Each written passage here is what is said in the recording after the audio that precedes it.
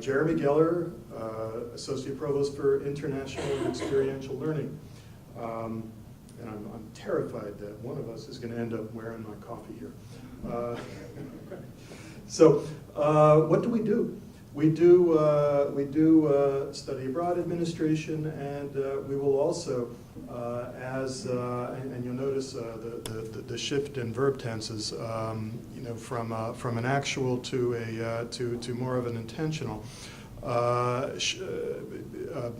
building of coherence in the experiential elements of our curriculum. I'll come back to that in a moment. I'll talk about study abroad for just a moment at first. There are lots of different ways to do study abroad. We have a legacy here at UNH of faculty-led programs, typically during the summer, ranging in duration from a couple of weeks to a longer period of time. And that's a great legacy, and it continues. We continue to build faculty-led programs. We also have students going for full semesters to study abroad, either on special cohort programs that we build specifically for our students with our faculty, and also on programs provided by universities abroad or by third-party organizations whose bread and butter is building programs for students like ours. So there are multiple ways to build study abroad into a student's life, and the most important element of this is the question of why do it. And the answer to that question is quite simply to support the curriculum. Everything we do in study abroad ultimately should support the curriculum and should be driven by the curriculum.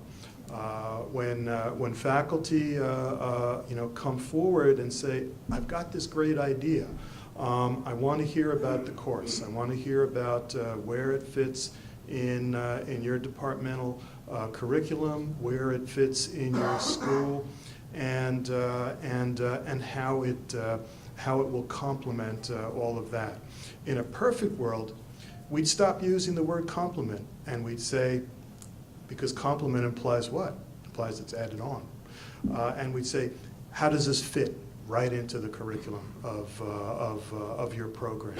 So that's a few words about study abroad.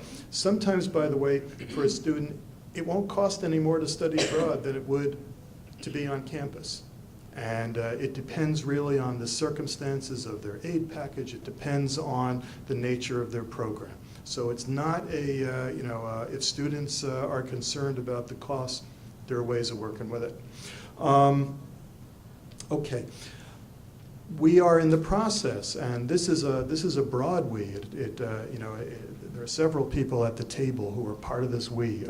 Matt Caporal is a key partner in creating new protocols for internship on campus. So we're in the process of building protocols and building a structure such that the university will be able to know with a fair degree of certainty who's done internship, what it looks like in each individual degree program, how many students have accomplished this, what are the understandings between the student, the faculty, and the placement organization. So all of that is being developed now and will be launched before the semester is out, with consultation from key stakeholders. A similar process will follow for faculty-mentored research. Sally mentioned the S designation for service learning courses. That's a designator that goes on a course section number, and there are very specific guidelines for obtaining the S designation.